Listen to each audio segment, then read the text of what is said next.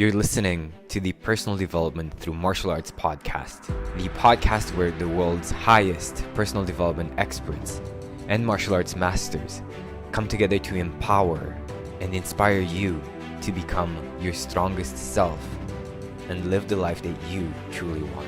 Join host Bogdan Rosu, author, public speaker, and the founder of the first personal development through martial arts school in the world, in the podcast where you become the hero.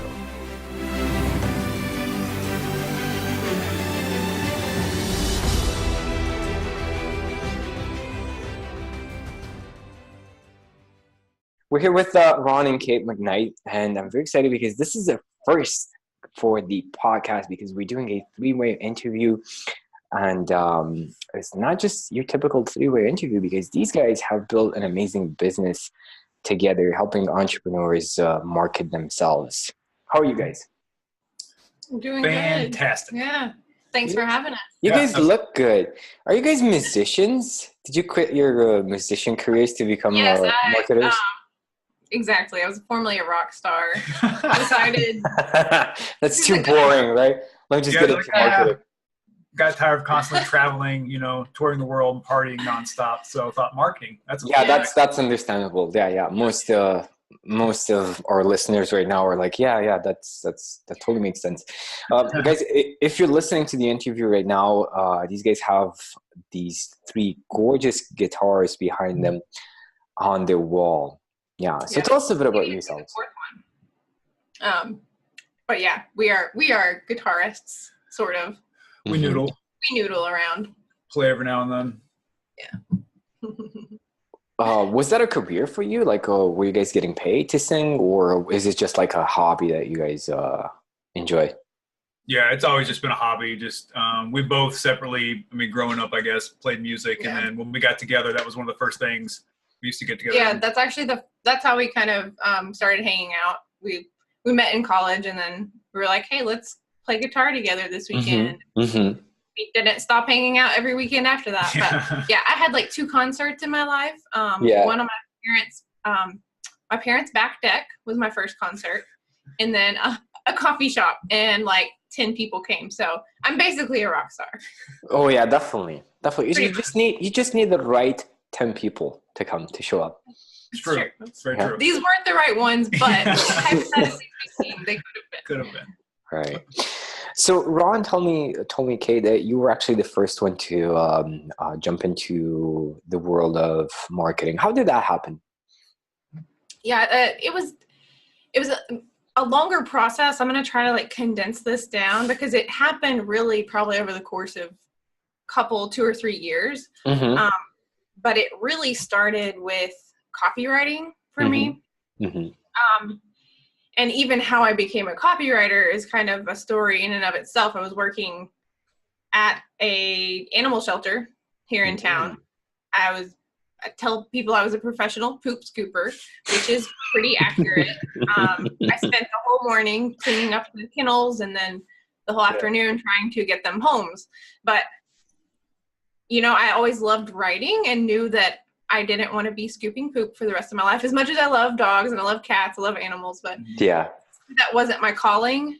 So I sort of discovered this whole, there's a whole online world where people actually get paid to do stuff online. And so I started exploring, back then it was Elance. It's Upwork now. It was Elance back then. Started writing content.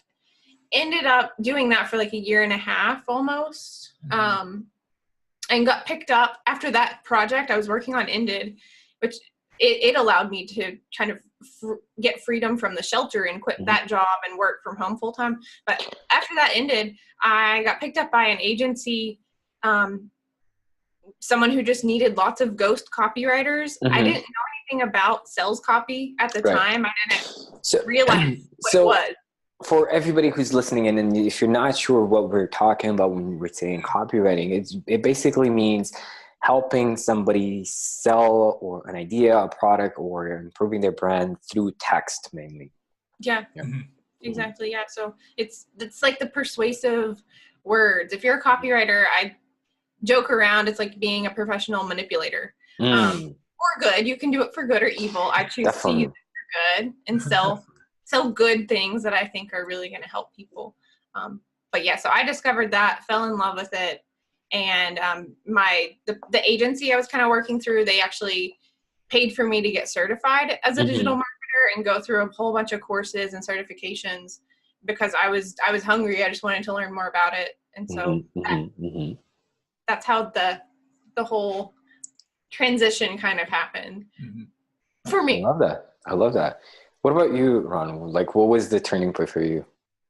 So we both have a background in English education. We were both English teachers before moving down to Knoxville. So when we moved to Knoxville, we decided to just find jobs in the meantime. We didn't think we were going to stay in teaching, but just something to kind of tide us over. So I started working in manufacturing. And next thing I know, it was like 3 years later, and I was still in manufacturing. I enjoyed my job, but it wasn't super fulfilling. I feel like I kind of capped out. Yeah. So I saw Kate. I would leave Kate in the morning, before the sun was up, work all day, come home. Kate's like in her pajamas, playing on the computer. So I'm like, oh man, like I'm really interested in this, right? That. Yeah. Living the dream. So I was able to leverage my background in tech. I used to build computers, mess around with websites. So I pretty quickly joined Upwork and then teamed up with an agency. So they hired me on.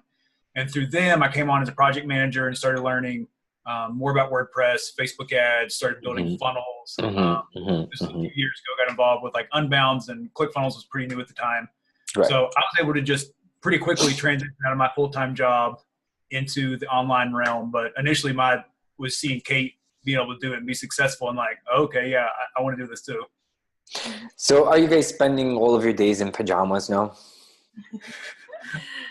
Actually, you can only see the top of me, so the bottom of you're like pajama yoga pants. You're like a news anchor, right? Who's wearing like those shorts under the desk. Yeah, we're like in boxers underneath here. No, but for the most part, yeah. Unless we have like a coffee date or an event we're going to, yeah. I'm gonna be comfy. I'm at home. Come on. I love that. Yeah. To me, like I see myself in a few years just living in a cabin in the woods, and just like a cabin with an internet connection, and just doing everything from there. Like, wow, that would be perfect for me.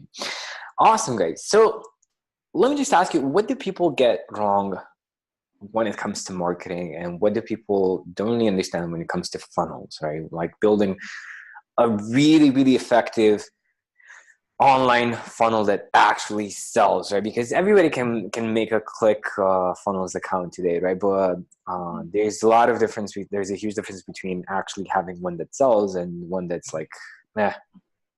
Yeah, no, absolutely. Exactly. We were talking about it just the other day. There's a big difference between having a funnel that works technically and one that converts, because you can funnel hack anyone in the world. I mean, you can go through their funnel, see exactly what they're doing, and then mimic it. Straight up copy it, and it's not going to work. Your offer is going to be different. Your audience is going to be different. So one of the biggest mistakes I see are funnel hackers who just directly copy their competition or someone else who's successful and think it's going to work. Before we get super, super technical, let's just mention like what is a funnel, right? For everybody who like has nobody, they're like, oh yeah, I have a funnel in my kitchen. What are you talking about? Right? Well, yeah, so the way I like to describe it is a funnel is just a series of steps that someone goes on to complete an action, or to call it a conversion. So it's something that you lead them along a path to go from A to B, where B, they're taking an action, whether it's downloading a guide, buying a product, signing up for a webinar, whatever your goal is will change, but it's kind of a very targeted, specific series of actions that they take. Yeah, sorry. Please. Yeah, so going kind of along with that, what I see kind of the biggest mistake is people like viewing it as just a series of steps they can copy and paste from someone else. They'll just do this kind of thing, when instead of viewing it as, what do you want your prospect to do, your ideal client to do, and just thinking of them as like a holistic person. Like, they're a human being, so like, how do you build the relationship over those process of those steps to essentially get them to do what you want, but in a like organic, not a forced or weird way. Like funnels are building relationships on autopilot. If you want to look at it from that perspective. Yeah, that's powerful, you know, and for a lot of people, it's kind of a contrast. Like, what do you mean build relationships on autopilot? There's no auto in relationships, right? And stuff like that. Yeah, but that's the basic mindset that you need to have. You know, like this story comes to mind. This is a really stupid story. Like when I learned about funnels and Facebook ads, and I was playing around like with Facebook ads from my first marketing mentor, I was really frustrated with my dating life, right? And I thought to myself, you know what? Screw this. Screw just how like, you know, writing texts on Facebook or Tinder or whatever. So here's what I did. Like this is really silly. I wrote this article, like what I wanted my ideal partner to be like, what I value in a relationship and stuff like that. And I started paying for traffic for women to see that article. And at the end of the article, I had a call to action. I say, if you feel like this is you and you feel like you like what I wrote and you enjoyed this article, connect with me on Facebook. And I was running ads. What? I have to know the results of this. This was crazy, right? So I was running ads to this ridiculous article. And my mentor, I forgot that he still had access to my ads account, right? And he was getting notifications for the activity on my Facebook ads account. And he like out of the blue, he was like, "So, what's your cost per date? What's your cost per kiss? What's your percentage?" Oh shit! How did you find out? Like. I did get one date from that real? because I felt so embarrassed that my mentor found out that I shut it off, right? But stupid. Yeah, really, really crazy. Yeah, like thinking outside the box. Yeah, And then he was using this story to sell his Facebook ads services, like on his sales card. Like, you know what? Like one of my clients actually got a date by using this method. Smooth. Nice. Yeah. So, what are like the steps that you need? Because, you know, I'm talking to you, having a bit of experience. I know that it does take a lot of trial and error, and it does take a lot of resources to get a really, really good funnel going. Like, what would you say would be a good investment for somebody who is starting out, who's like testing out their niche to see like what would be the right message, you know, who has some money put aside for that? What would be like an investment they would need to make for a decent funnel? For the building of the funnel, or for like testing it with traffic? Both. Building it and testing it and making it actually work, like from zero to complete. I'm gonna say the biggest investment up front you should make should be your time. Spend as much time as you need to gather the organic data as far as like who is your ideal client, like who's the perfect fit for your offer. Sell your offer a few times, maybe before you build your funnel. I love that. And that's all free. Yeah. We love free. Yeah. Free is great, especially when you're starting out, to validate an offer, because we'll have people, you know, prospects come through sometimes and they've got an unvalidated offer. Yeah. We don't really want to take them on because we could build them out a great funnel. Yeah. But if their audience or their potential audience doesn't want the thing they're selling, then the funnel technically isn't going to convert. Like it's going to work again, but it's not going to convert. So I would say make your biggest investment just your time at first. Do you want to say anything about, let's say you like actually have some money set aside for this, any like ballpark? Between traffic and funnels, I mean, depending on who you have build it, $5 to $10,000, just to kind of take a validated offer. The more of that you can put towards traffic, the faster you'll validate. Really got legs. depending on your platform. But I would say ballpark. We're talking with a guy who works with startups recently, and that's something that he's told them, try to have 10 grand set aside to really see if this has got legs and validate and go from there. I love that. Yeah. So, Facebook ads was a lot more accessible like a few years ago, right? You could actually get a lot better results for less money. Who do you feel Facebook ads are for now? Like, can somebody who's just starting out, like for example, a martial arts teacher, right? Because we are in the martial arts, the personal development through martial arts podcast. Somebody who just opened a school, is it wise for them to use Facebook ads in your opinion? I think so.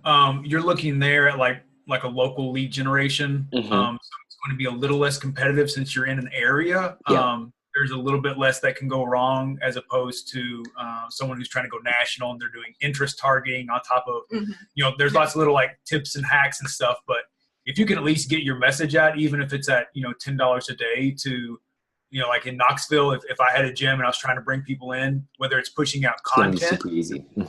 Content, videos, or like a free offer. Yeah. I always notice that with my ads. Like whenever I run a campaign for my school here in Bucharest, it's so easy, and I'm getting such good returns. And then when I'm making an ad just to promote an article or anything like some free content in the US, like nationally or stuff like that, it's like headaches. Oh my God, what am I doing with my money? Why did I do that again? Yeah, definitely. Cool. So what would you say for somebody who does have a validated offer and by the way, how do you actually validate your offer? Like you mentioned sales, right? Having a few sales and identifying who your target market is. But aside from that, what else can you do? So once you've gotten, we typically work with higher ticket now. So anywhere from 2,000 or 3,000 up. If they've ran 3 or 4 clients through that, then in our opinion, it's got legs. It's validated enough to kind of build something out to test it to a wider audience. Yes. With us, we recommend a lot of webinar or what we call an anti-webinar formula, and basically it's leading to a phone call, because we talked about that relationship building of videos and that type of content, whether it's through a webinar or maybe a typical VSL or an anti-webinar. That's going to build some of that relationship, but for higher ticket, you're going to want to get them on the phone. So if you're able to book calls and people are excited, you may have to work on your price point a little bit, your sales pitch, that sort of thing. But as you talk with people, you'll figure out if you're like way off the mark and those first 3 or 4 were a fluke, or you just need a little bit of tweaking. But we always recommend people at that beginning, the organic, talking to your potential customer is like one of the best investments. Yeah. Talk to them, have phone conversations, have Zoom conversations, whether it's or Facebook Messenger, if it's over LinkedIn, have conversations with people, see what they think about what you're offering. And then of course it's fully validated once they agree to, hand over their credit card for whatever you're selling. Obviously, some people will say, oh yeah, that sounds great. But if they're not willing to pay for it, it's not validated. Definitely. Yeah, I was talking to a prospect on the phone, and he was like, oh, I've been coaching a lot of people. I said, great. How much are you charging for your coaching? Oh, I haven't gotten paid yet. Oh, so you haven't really coached anybody yet. Right? Yeah. Awesome. So do you feel that it makes a lot more sense when you're selling something that's high ticket, like a service, like one-on-one coaching that's like $2,000 a month, $3,000 a month, or it makes a lot more sense to create an actual funnel and do the whole webinar system? I think so. Yeah. Leading to a phone call, just because when you're at the point where a lot of our people are playing the Facebook game. So 24/7, they're on there prospecting, putting out content, having like a dozen Facebook Messenger conversations at once. And they're saying the same thing over and over. They're having the same objections, asking the same questions, getting the same answers. So a funnel is basically a way to then kind of automate all of that stuff in the middle, so that then you're attracting the right people. They're warmed up through your content, whether that's, through something like a webinar or an anti-webinar.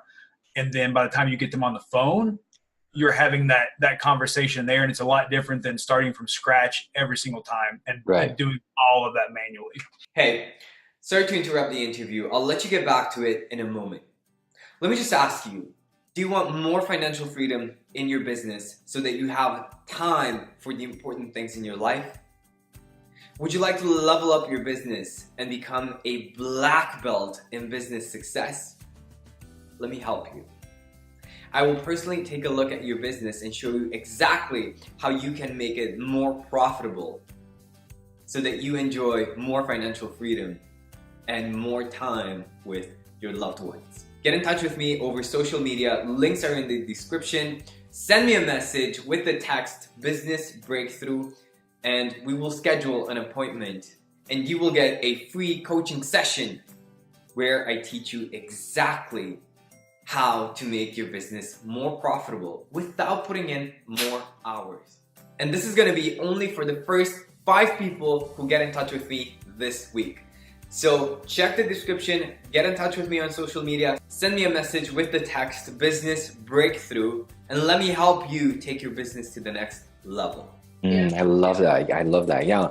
So guys, basically, in other words, what you're doing is just taking all of that repetitive stuff that you're doing that you probably hate already, that you've done over and over, and you're systemizing that, and you're just doing what you love, and just getting to the specifics and getting to know that person over the phone and seeing if they're the right fit. What is an anti-webinar? So an anti-webinar, let me frame it this way. So today's webinars are they're lengthy. They usually last up to like 2 hours. Right. There's a lot of unnecessary fluff, like stroking the speaker's ego, talking about how all his wonderful credentials, and having your own proof is important. But there's just, and then the whole like closing sequence, like generally there's only like a few minutes of actual value in a webinar, and people are catching on to that. Like, yeah. The market's becoming more sophisticated every single day. So what we've kind of done is create a way to package someone's expertise and trim all the fat, basically trim all the fat from a webinar. We don't do the long intro. We don't do the super long outro, trying to get them on the call sequence. It's a lot cleaner. And it's also more education based. So it isn't just about like creating desire for something. It's someone can actually watch an anti-webinar and get value out of it. And if they're not your ideal client, they're probably going to try to take some of that stuff and implement it themselves. Yeah. But your actual ideal client is going to recognize the value in that. Yeah. And they're going to realize that they can't do that on their own. Or maybe they try for a second and they're like, no, this is too hard. This person knows what they're doing. They've actually given me value and sort of results in advance. And today's market's not doing that. So if you do that, you're going to massively stand out. Yeah. Yeah. And one of the things that I hate is like, having that pitch at the end, but if you put the fact that, look, at the end, I'm going to show you a way of working together. If you decide to take it, that's great. That's not like, tell me that in the beginning, because I'm like, okay, I'm going to learn this stuff, right? So you learn a bit of what you're interested in. And then at the end, the close comes. Like, mother. Yeah. And all they did was create desire for you to take the next step. And yeah.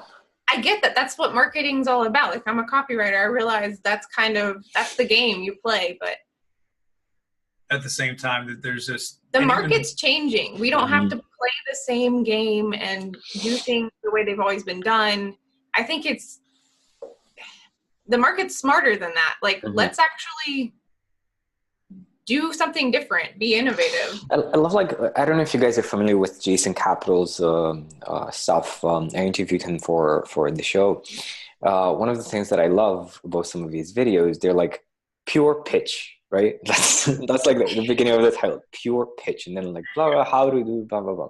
I think that's a lot more honest approach to selling and to writing. Like when you tell the person, look, I'm going to pitch you at the end, expect it because it's natural, because I believe in it, because you get the best results with me. So deal with it, right? But tell me in the beginning, right? Yeah. Yes, Yeah. absolutely. Be honest. Honesty goes a long way. Yeah, that goes against even the tech of it, like the automated webinars that are pretending to be live. People are starting to get hip, having to jump through hoops. Like, maybe it's next Tuesday at 9 a.m. The webinar is, so you have to like put in your calendar and try to prepare. The people we work with, they're selling high ticket. Like, their prospects have a big problem. They need a big solution, and they want it now. Yeah. They don't want to wait through hours of fluff. Right. They don't want to wait until next week to find out more about it. Yeah, you imagine like a busy CEO, they don't have time to wait for your webinar to come on. Like, or they to move spend 2 hours and just get like 10 minutes of what, like, right. oh, with that shit, like, come on. Awesome. So guys, how let me just ask you about your more of a personal question. Like, how do you guys keep your relationship awesome and fun while running a business together? It's actually falling apart at the seams. Yeah, I looked like it. I didn't want to say anything, but I'm glad you put it out there. And I mean, you never know. Like, yeah.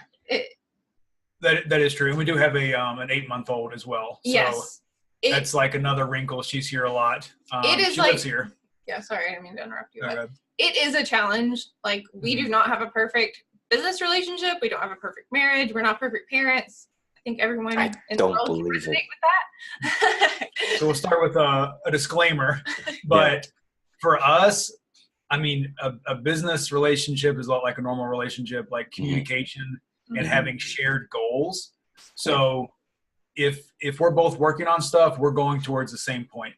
If she's going in this direction, I'm going in this one, and we're not aware of the distance between the two, when we get to those places and then we look at each other like, what the hell are you doing over there? Like, I thought we were doing this. And they're like, no, we're doing this, from a short-term and long-term perspective. Communicating our small goals, like for this week, here's our priorities, where we want to be in 2 years, 5 years, 10 years. That's been huge. Yeah. And kind of understanding each other's communication style, or like our love language. That's super important. Yeah. Guys, if you haven't read the 5 love languages, you Google that right now, right after this. Okay, not right now, after this interview. Right after this, yeah. After this, yeah, it's a good one. For sure, because that's huge. Because we're both, I mean, if you even think about us from a skills perspective, I'm tech and automation. I'm kind of like the nerdy's number guy. And then Kate is the copywriter. She's a little more on the creative spectrum. So the way we work is different, and the way we communicate is different. So we've got to like be aware of that and accepting that sometimes I'm going to do something differently and maybe want her to do something a different way, but she's got her process, I've got mine, and just like being okay with that.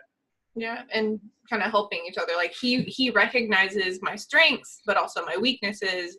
And fortunately, he kind of complements areas where I'm weak. Like for me, focus is really difficult, and prioritizing. So he's almost like a project manager for me, whereas I can help him with other areas where he's maybe weaker, so we can definitely. You know, like being more on the creative side, I know what you feel like, because it's when you're creative, it's super difficult just to keep like, okay, this is what I'm doing and this is what I'm going to be doing for tomorrow and so on. It's super hard, but having somebody to just give you that clarity, like, look, we need to focus on this right now. Yeah, that's super helpful, actually.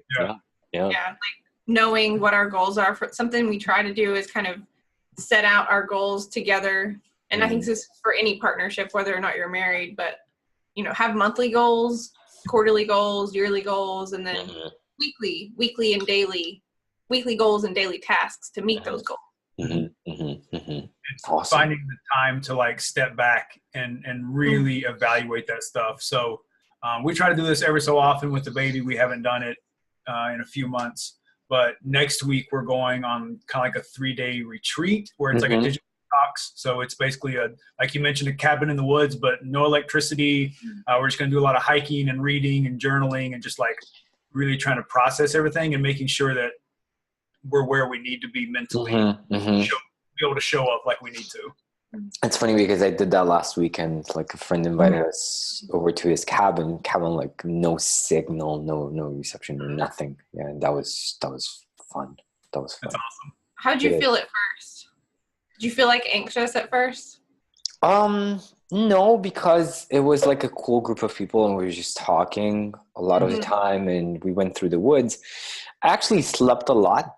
I slept like more than I ever slept before, just like my body needed it.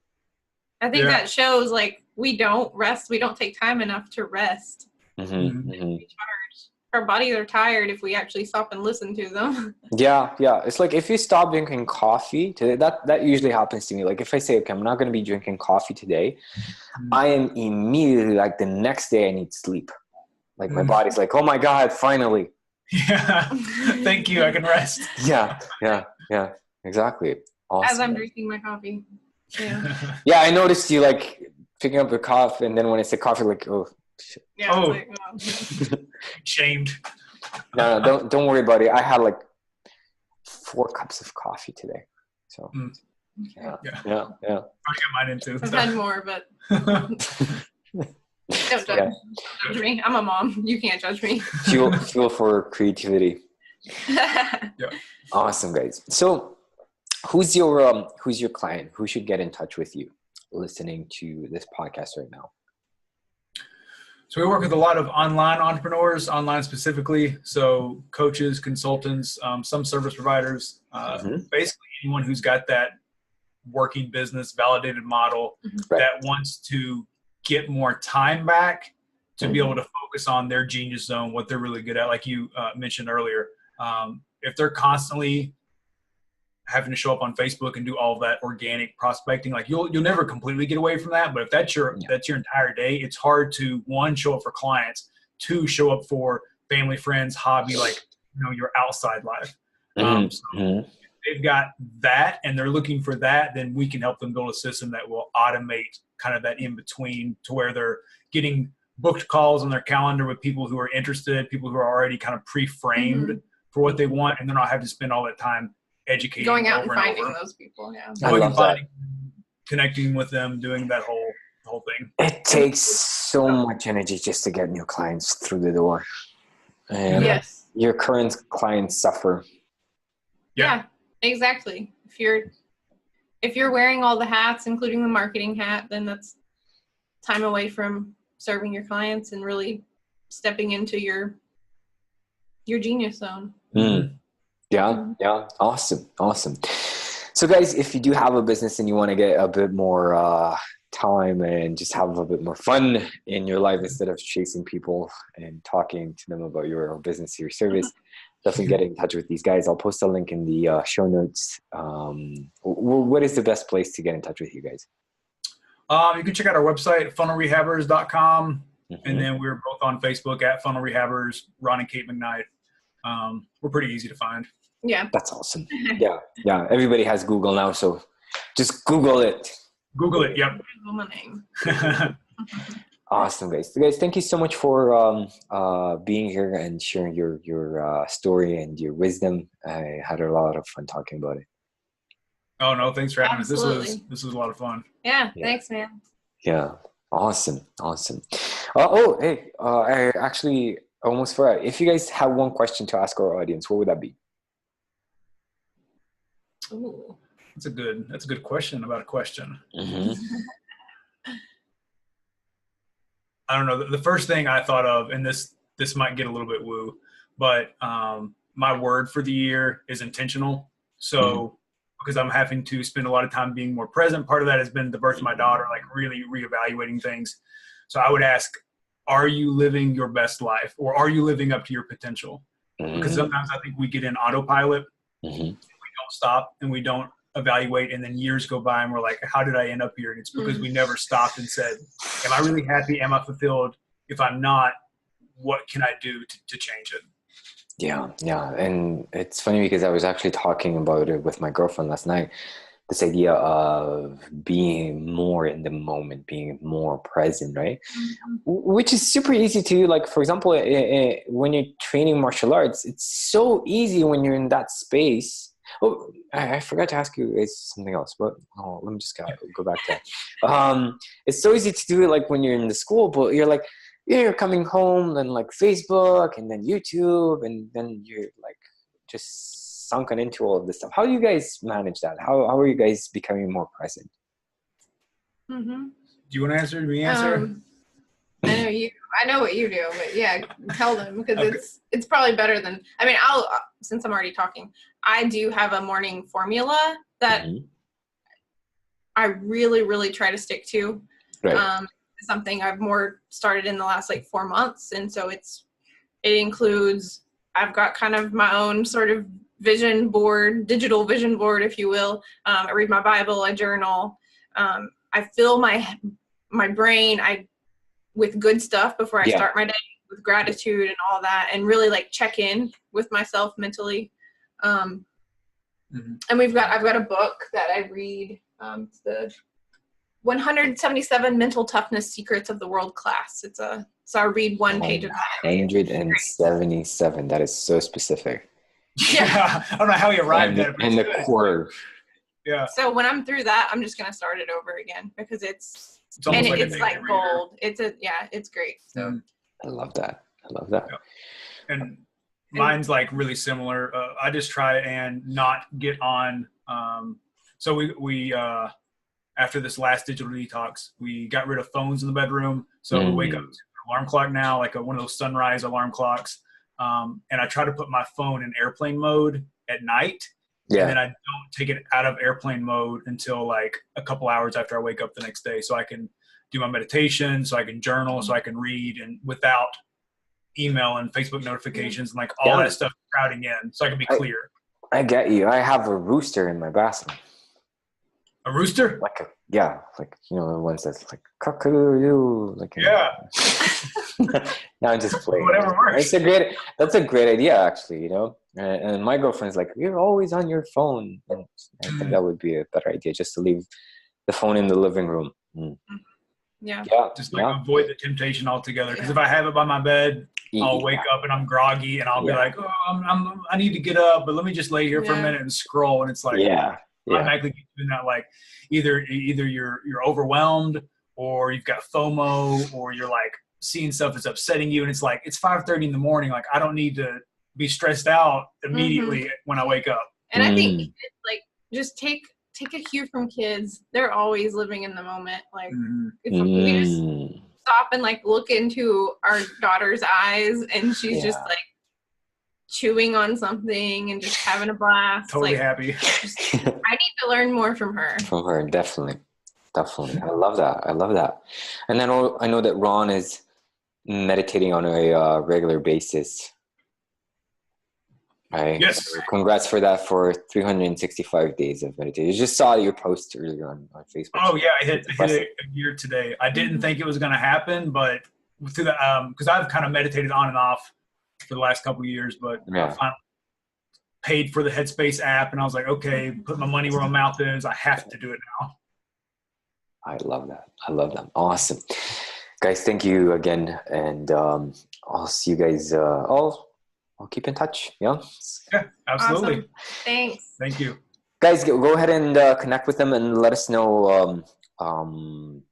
Let us know what was your biggest takeaway from this interview, and I'll see you next time.